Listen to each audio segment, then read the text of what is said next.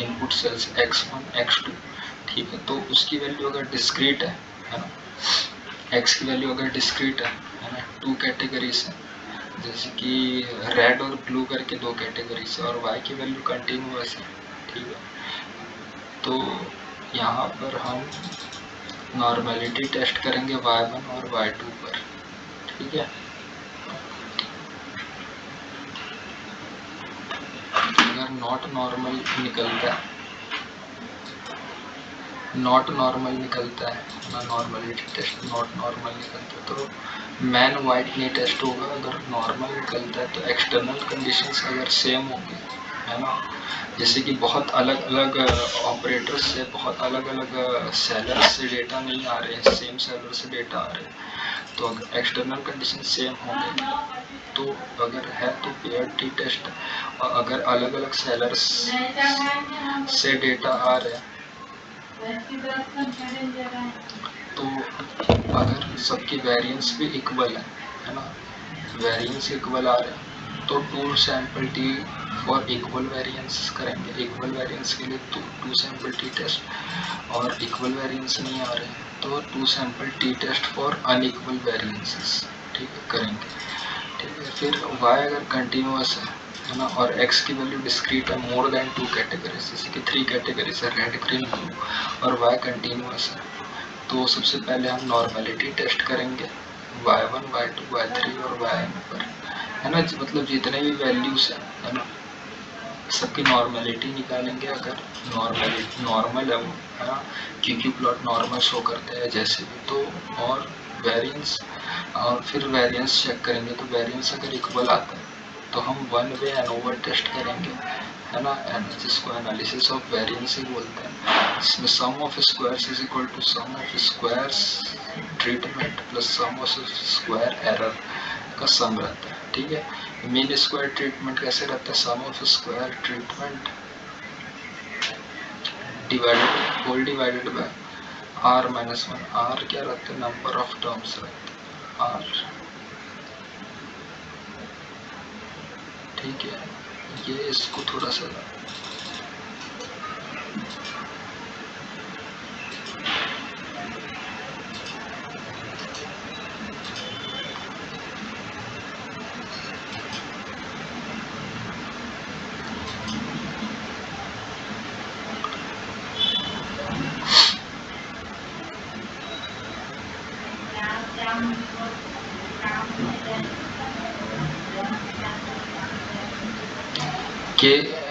के क्या रहता है, सैंपल मीन रहता है, ठीक है।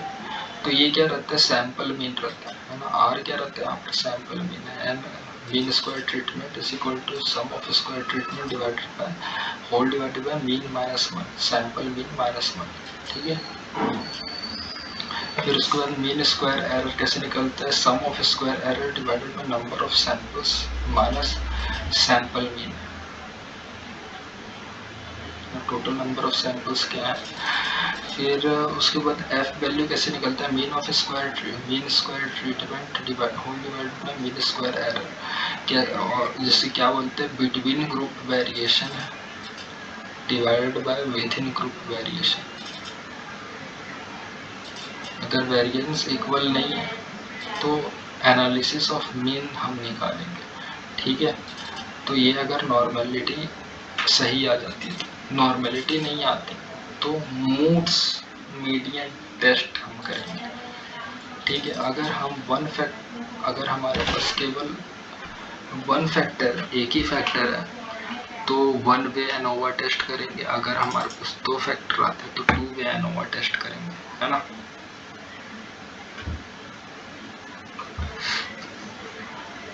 If we have more than 2 factors then it is multiple ANOVA test, ठीक है। इसके बारे से हम थोड़ा सा देखते हैं।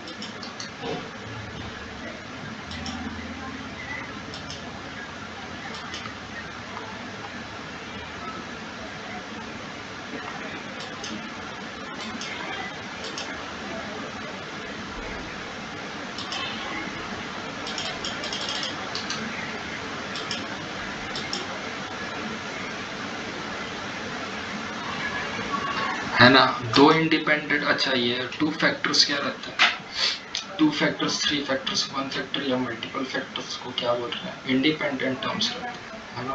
ये मतलब x की वैल्यू अगर 1x है तो 1 वे एनो टेस्ट 2x है तो 2 वे एनो टेस्ट 3x है, 3 इनपुट्स मल्टीपल इनपुट्स है तो उतने वे एनो टेस्ट होगा, ठीक है। अगर y डिस्क्रीट है और x डिस्क्रीट है उसके साथ साथ एक ही एक्सटर्नल स्टैंडर्ड है, मतलब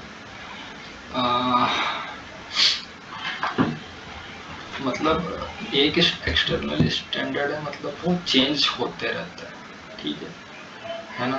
तो 1 प्रोपोर्शन टेस्ट करते हैं, ठीक है।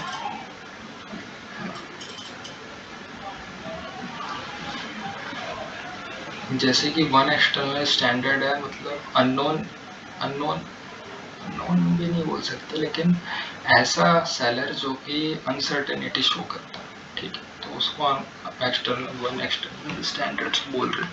अगर y की वैल्यू डिस्क्रीट है और x की वैल्यू है 2 कैटेगरीज में, है ना, x की वैल्यू 2 कैटेगरीज में, तो 2 प्रोपोर्शन टेस्ट्स हम देख सकते हैं। y की वैल्यू अगर डिस्क्रीट है और x की वैल्यू डिस्क्रीट है ग्रेटर देन 2 कैटेगरीज में, तो chi स्क्वायर टेस्ट, है ना, निकाला जाएगा,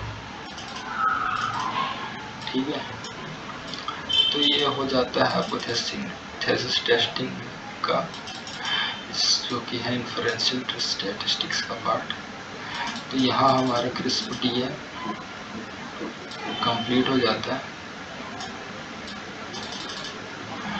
ठीक है। तो फिर